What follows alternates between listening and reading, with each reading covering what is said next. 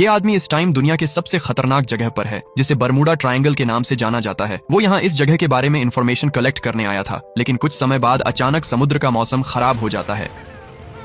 तेज बारिश शुरू हो जाती है और अचानक विशाल लहरें उठने लगती हैं। कुछ ही देर में एक भयंकर तूफान उसकी ओर बढ़ने लगता है और वो तूफान उसकी पूरी नाव को निगल जाता है। जब गुलिवर को होश आता है तो वो खुद को एक अजीब हालत में पाता है। उसका पूरा शरीर जमीन पर बंधा हुआ होता है और उसे छोटे छोटे इंसानों ने रस्सियों से कसकर बांध रखा होता है। उनमें से एक छोटा सैनिक जनरल एडवर्ड गुलिवर से कहता है कि उसे गिरफ्तार किया गया है। उस पर आरोप है कि उसने उनके दुश्मनों ब्लेफस्कू के लोगों की मदद की है, लेकिन गुलिवर को उनकी बातें समझ नहीं आती। वो पूरी ताकत लगाकर उठने की कोशिश करता है क्योंकि उसे लगता है कि शायद वो सपना देख रहा है, लेकिन जैसे ही वो खड़ा होने की कोशिश करता है, छोटे छोटे लोग फिर से उसे रस्सियों से खींचकर गिरा देते हैं। इसके बाद गुलिवर बेहोश हो जाता है। आखिर ये सब क्या है और गुलिवर यहाँ कैसे पहुंचा, इसे समझने के लिए थोड़ा पीछे चलते हैं। गुलिवर एक मोटा सा साधारण जिंदगी जीने वाला इंसान है। गुलिवर एक कंपनी में डॉक्यूमेंट डिलीवरी का काम करता है। उसका काम सिर्फ ऑफिस के अंदर फाइलें और कागज एक जगह से दूसरी जगह पहुंचाना है। एक दिन कंपनी में एक नया कर्मचारी डैनियल आता है, जिसे ट्रेनिंग देने की जिम्मेदारी गुलिवर को दी जाती है। डैनियल बहुत मेहनती इंसान होता है। वो अपने काम को लेकर बेहद गंभीर रहता है, लेकिन गुलिवर बिल्कुल उल्टा है। वो कई सालों से उसी पद पर काम कर रहा है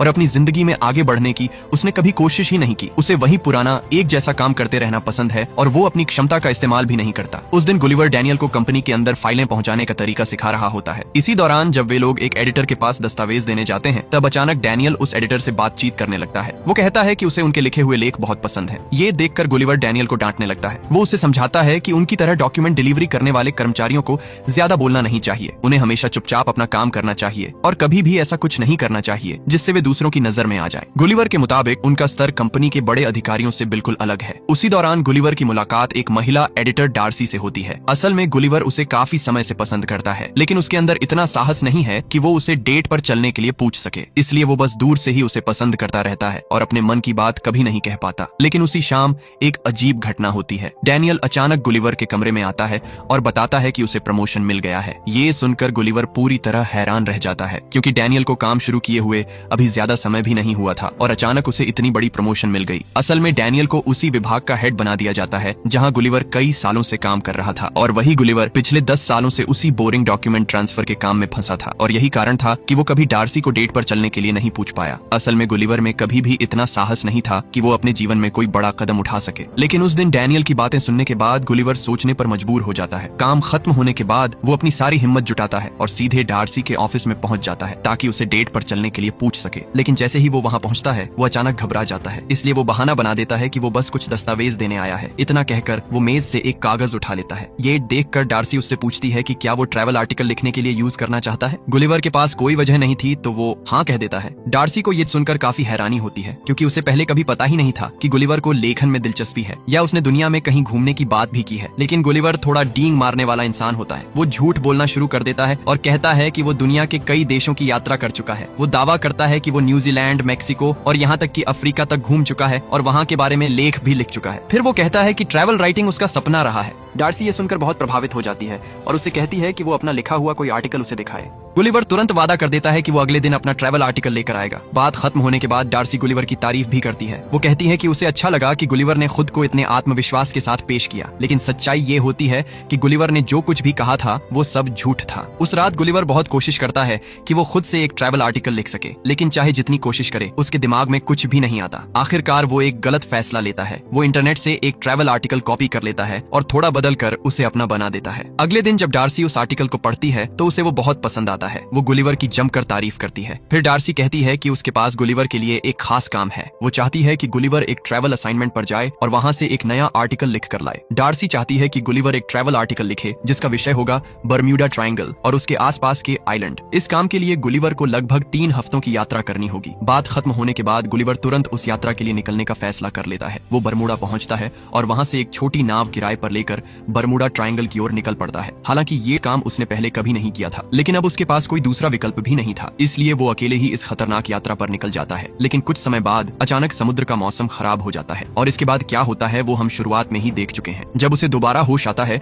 तो वो देखता है कि उसे उन छोटे लोगों के शहर में लाया जा चुका है। वे सभी उसे पकड़कर सीधे राजा के सामने ले जाते हैं। गुलिवर उनसे पूछता है कि आखिर वो इस समय कहाँ हैं। तब वे बताते हैं कि इस शहर का नाम लिलीपुट है। वहाँ के लोग गुलिवर को विशालकाय दानव कहकर बुलाते हैं और ये भी शक करते हैं कि वो बेलफास्कू का जासूस हो सकता है। राजा आदेश देता है कि गुलिवर को जेल में बंद कर दिया जाए। जेल में पहुंचने के बाद गुलिवर की मुलाकात होराशियो नाम के एक छोटे आदमी से होती है जो उसी की तरह कैद में रखा गया था। होराशियो गुलिवर को बताता है कि वो इस जेल में इकलौता कैदी नहीं है। फिर वो अपनी कहानी सुनाता है। असल में उसे यहाँ इसलिए कैद किया गया है क्योंकि उसने राजकुमारी मैरी की तरफ प्यार भरी नजरों से देखा था और राजकुमारी मैरी दरअसल जनरल एडवर्ड की मंगेतर थी। गुलिवर को ये बात समझ नहीं आती। उसे हैरानी होती है कि सिर्फ राजकुमारी को पसंद करने की वजह से किसी को जेल में डाल दिया गया। तब होराशियो समझाता है कि वो सिर्फ एक साधारण इंसान है। ऐसे में किसी राजकुमारी से प्यार करना लगभग नामुमकिन है जब तक कि वो कोई बहादुरी का बड़ा काम करके राजा को प्रभावित न कर दे। लेकिन ये काम भी लगभग असंभव था क्योंकि उसकी तुलना हमेशा जनरल एडवर्ड से की जाती थी जो पहले से ही बहुत शक्तिशाली और फेमस था। उधर जनरल एडवर्ड गुप्त रूप से नेटवर्क के जरिए गुलिवर के बारे में बातें करता रहता है और उसे थोड़ा मूर्ख और बेवकूफ समझता है। कुछ समय बाद गुलिवर को जेल से बाहर लाया जाता है। वे लोग उसके शरीर पर कुछ खास उपकरण लगा देते हैं ताकि उसे कंट्रोल किया जा सके और जरूरत पड़ने पर उससे काम लिया जा सके। अब गुलिवर को लगभग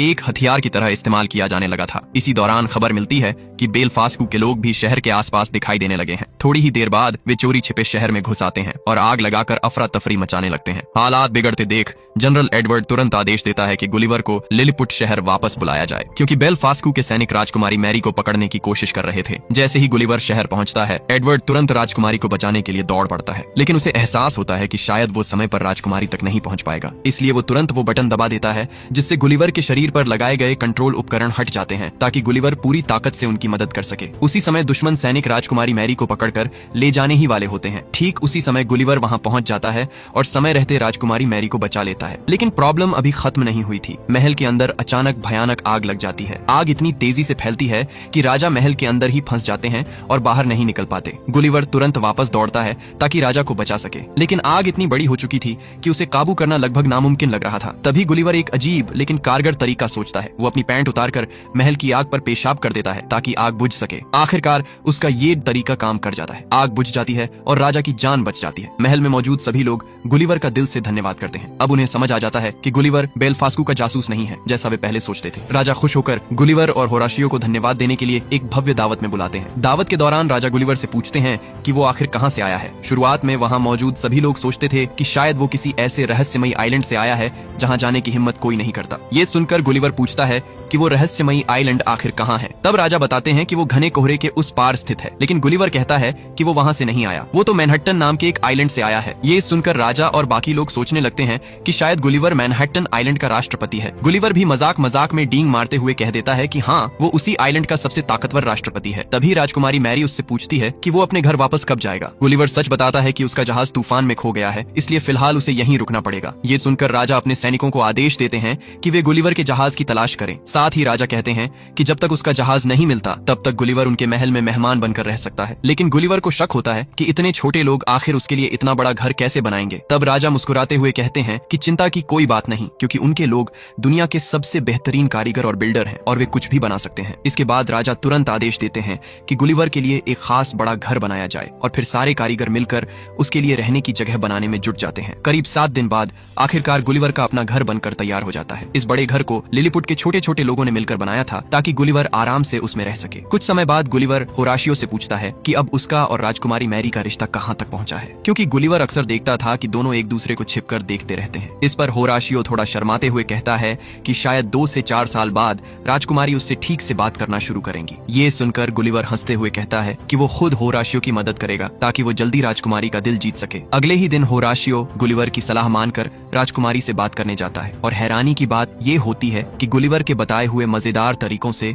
राजकुमारी सच में प्रभावित हो जाती है। इस तरह धीरे धीरे दोनों के बीच बातचीत शुरू हो जाती है। कुछ दिनों बाद जनरल एडवर्ड गुलिवर के पास आता है और उसे बताता है कि उन्हें उसका जहाज मिल गया है, लेकिन बुरी खबर ये थी कि जहाज पूरी तरह टूट चुका था और लगभग बेकार हो गया था, इसलिए उसे ठीक करने में काफी समय लगने वाला था। उसी दौरान गुलिवर की नजर अचानक अपने मोबाइल फोन पर पड़ती है। वो फोन उठाता है और देखता है कि उसमें एक नया मैसेज आया हुआ है। जब वो मैसेज खोलता है तो पता चलता है कि वो डार्सी का संदेश है। डार्सी गुस्से में लिखती है कि अब उसे सच पता चल चुका है। गुलिवर ने जो लेख उसे दिया था वो असल में इंटरनेट से कॉपी किया हुआ था। इस वजह से उसने उसे मजबूर कर दिया कि वो खुद उस विषय पर लेख लिखने के लिए यात्रा करे। और अब गुलिवर अचानक गायब भी हो गया था, जिससे उसे संपर्क करना भी नामुमकिन हो गया। इस बात से डार्सी इतनी नाराज हो जाती है कि वो लिखती है कि अब वो गुलिवर से दोबारा मिलना भी नहीं चाहती। कुछ देर बाद जनरल एडवर्ड फिर गुलिवर के पास आता है और कहता है कि वे लोग उसका जहाज जल्द से जल्द ठीक करने की कोशिश कर रहे हैं। असल में जनरल एडवर्ड गुलिवर को बिल्कुल पसंद नहीं करता था। वो चाहता था कि गुलिवर जितनी जल्दी हो सके इस शहर को छोड़कर चला जाए। इधर गुलिवर अकेला बैठकर दुखी हो जाता है, क्योंकि उसे याद आता है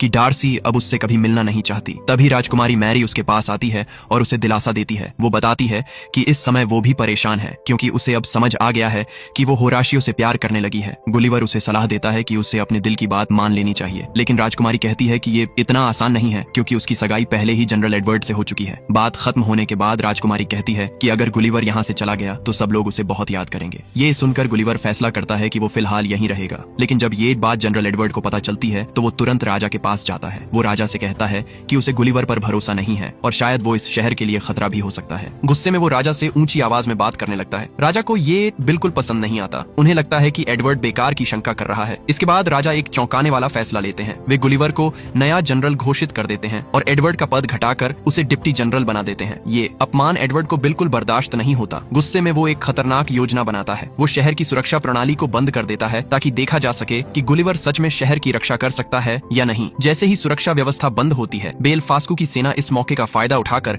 शहर पर हमला कर देती है। वे अपनी युद्धपोतों की पूरी फौज लेकर लिलीपुट की तरफ बढ़ते हैं और शहर पर तोपों से गोलाबारी शुरू कर देते हैं। घबराकर होराशियो दौड़ते हुए गुलिवर के पास आता है और उसे बताता है कि दुश्मन सेना शहर पर हमला कर रही है। ये सुनते ही गुलिवर तुरंत दुश्मन के जहाजों की तरफ बढ़ जाता है। वो कोशिश करता है कि पहले शांति से बात करके इस लड़ाई को रोका जाए, लेकिन दुश्मन उसकी बात सुनने को तैयार नहीं होते और वे लगातार तोपों से हमला करते रहते हैं। लेकिन इतने छोटे छोटे गोलों से गुलिवर को भला क्या नुकसान होता। गुलिवर अपनी ढाल से उन सभी गोलियों को वापस दुश्मनों की तरफ मोड़ देता है। इसके बाद वो अकेले ही दुश्मन की पूरी सेना पर टूट पड़ता है। कुछ ही देर में वो बेलफास्को के पूरे जहाजी बेड़े को तबाह कर देता है। उस दिन के बाद गुलिवर पूरे शहर का सबसे बड़ा हीरो बन जाता है। अब वो लिलीपुट में बहुत आराम की जिंदगी जीने लगता है। उसे लगने लगता है कि यहाँ की जिंदगी तो मैनहट्टन में उसकी पुरानी जिंदगी से भी बेहतर है। इसी बीच एक दिन राजकुमारी मैरी एक बड़ा फैसला लेती है। वो साफ साफ कह देती है कि वो अब जनरल एडवर्ड से प्यार नहीं करती। असल में वो सिर्फ किसी ऐसे इंसान को चाहती है जो उसे सच में समझे और उसकी परवाह करे। उसे एडवर्ड का गुस्सैल स्वभाव बिल्कुल पसंद नहीं था। यही वजह थी कि दोनों के बीच झगड़ा हो जाता है। इस अपमान के बाद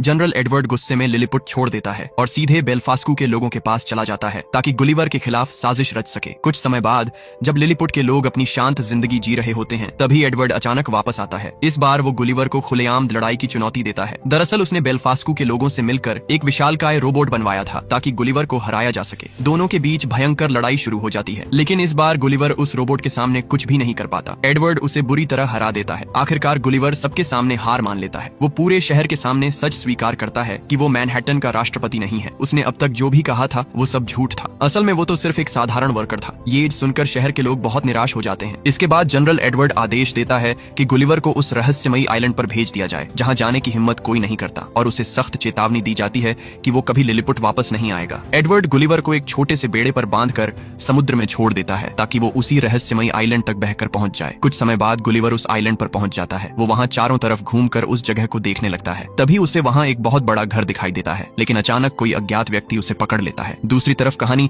फिर लिलीपुट शहर में लौटती है। इस बीच डार्सी भी बरमूडा ट्रायंगल में अपनी रिपोर्ट लिखने के लिए यात्रा पर निकली थी, लेकिन रास्ते में उसके साथ भी हादसा हो जाता है और वो भी बहकर लिलीपुट के आइलैंड तक पहुंच जाती है। वहां पहुंचते ही एडवर्ड के लोग उसे पकड़ लेते हैं। जब होराशियो को इस बात का पता चलता है तो वो तुरंत ये खबर गुलिवर तक पहुंचाने की कोशिश करता है। दूसरी तरफ जब गुलिवर को होश आता है तो वो खुद को एक अजीब से कमरे में पाता है, लेकिन जल्दी ही उसे समझ आता है कि ये कोई साधारण कमरा नहीं है। असल में वो एक बहुत बड़ा गुड़िया का घर था। दरअसल जिस रहस्यमयी आइलैंड पर उसे भेजा गया था वो काफी बड़े आकार के लोगों का आइलैंड था। गुलिवर को एक विशालकाय छोटी लड़की पकड़ लेती है। वो उसे एक खिलौना समझती है और अपने छोटे से गुड़िया वाले घर में रख देती है। इसके बाद वो लड़की गुलिवर को गुड़िया की तरह कपड़े पहनाकर अपने खिलौनों के साथ खेलने लगती है। बेचारा गुलिवर पूरे दिन उस बच्ची के साथ खिलौने की तरह खेलता रहता है और वहां से भाग भी नहीं पाता। उसी रात होराशियो फैसला करता है कि वो समुद्र में निकलकर उस रहस्यमयी आइलैंड तक जाएगा जहां गुलिवर को भेजा गया था। अगली सुबह वो किसी तरह चुपके से गुलिवर तक पहुंच जाता है।